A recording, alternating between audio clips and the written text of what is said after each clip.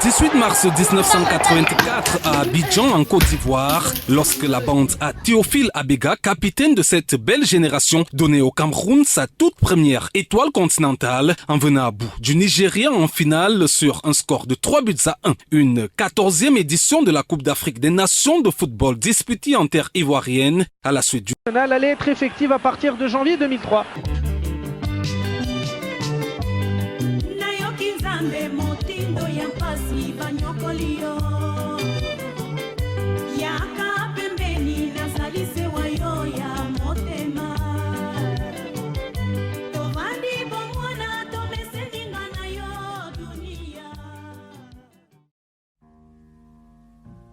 Il y a des choses que le temps n'a pas réussi à effacer.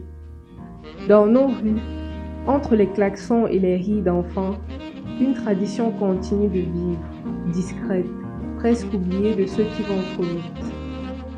Elle ne se trouve pas dans un grand salon avec des miroirs et des fauteuils. Elle se trouve dans une cour, sous un arbre, sur un vieux banc. Avant, on ne prenait pas rendez-vous. On venait avec son banc, son peigne, ses accessoires et on s'asseyait devant celle qui savait faire. Quand j'étais petite, ma mère me disait toujours de ramasser les mèches tombées sous le peigne et de les ramener à la maison. Je ne savais pas pourquoi. C'était juste une règle transmise sans qu'on en connaisse toujours le sens exact.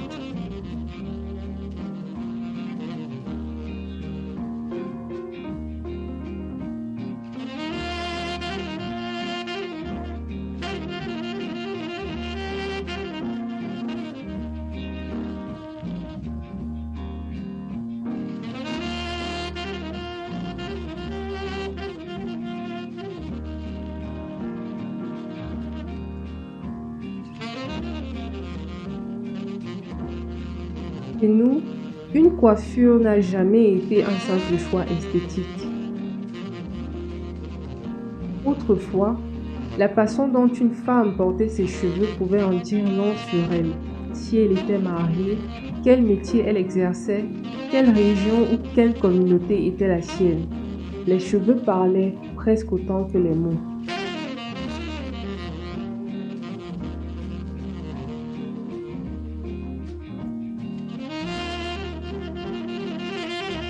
Certains styles portent d'ailleurs une histoire lourde.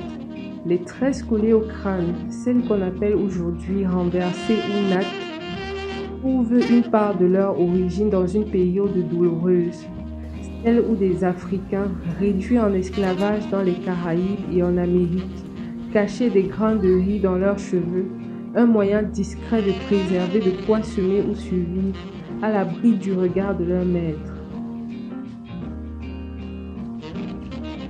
Et puis un jour, ce sont les enfants qui apprennent. Celle qu'on coiffait hier tient aujourd'hui le peigne avec la même patience, la même fierté. C'est ainsi que rien ne se perd. Un savoir qui passe des doigts d'une femme aux cheveux d'une enfant, puis des mains d'une enfant à celles d'une autre. Ici, il n'y a pas de grande ou de petite. Il y a celles qui donnent et celles qui reçoivent. Et parfois, les rôles s'inversent le temps d'un après-midi.